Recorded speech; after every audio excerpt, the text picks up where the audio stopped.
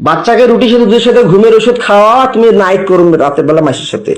এটা সত্যিটা বলবা যে কাকে কাকে দিছো বাসায় আমি না থাকাতে, এইবার যে 6 মাস 8 দিন থাকলাম না, তোমাকে ভোগ করার জন্য তার আগে সবাই মিলে গেম খেলে আমাকে পাগল বানায়, তুমি বানাও। তোমাকে কয়বার করছে বলো, সত্যিটা বলো। 2 বার। খালি 2 বার? সম্প্রতি সামাজিক যোগাযোগ মাধ্যম ফেসবুকে একটি ভিডিও ভাইরাল হয়। ভিডিওতে দেখা যায় স্বামী 6 মাস অফিসের কাজে ঘরের বাইরে ছিলেন। এই সুযোগে স্ত্রী একাধিক পুরুষের সাথে শারীরিক সম্পর্কে মিলিত হয়। তো তোমার বাসায় কয়দিন দিছো বলো? তাহলে ঔষধ খাওয়াইলে শুধু 2 দিন দেয়, যেখানে বাচ্চা ঘুমন্ত থাকলে বাচ্চা অবশ নির্দোষ মানে মারা যাওয়া বলা কথা কোন গেলে, যখন টের পাবে 2 দিনই দিছেন, 2 দিন। শুধু 2 দিন? এটা মিথ্যা কথা বলতেছে, আমার মাথা গরম হয়ে যাচ্ছে কিন্তু মৌসুমী। তুমি তাড়াতাড়ি বলো, 6 মাস 8 দিনে মাত্র ওই কোথাকার এখান থেকে গেল, আবার ওইদিকে 2 জন 5 জন, তাহলে তোমার বাসায় কতদিন কয়বার কাক কাক দিছে সেটা বলো। 2 দিন 2 বার করে 4 বার, দুজনকেই।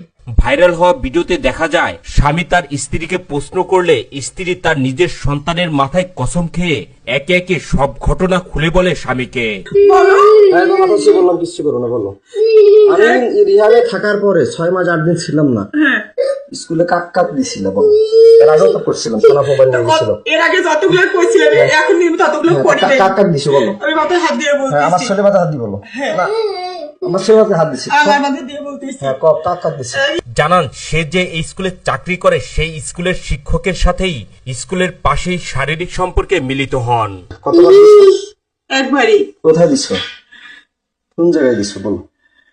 ওটা স্কুলে না। কোথায়? স্কুলের বাইরে। কোথায় তা সেটা বলো, তাড়াতাড়ি বলো, সত্যি বলবো।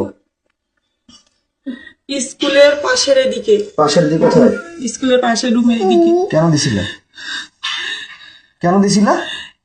তোমার মন চাইছিল না তার মন চাইছিল না? টাকা দিয়ে কি জন্য দিছিলে? টাকা দিয়েও না। কেন?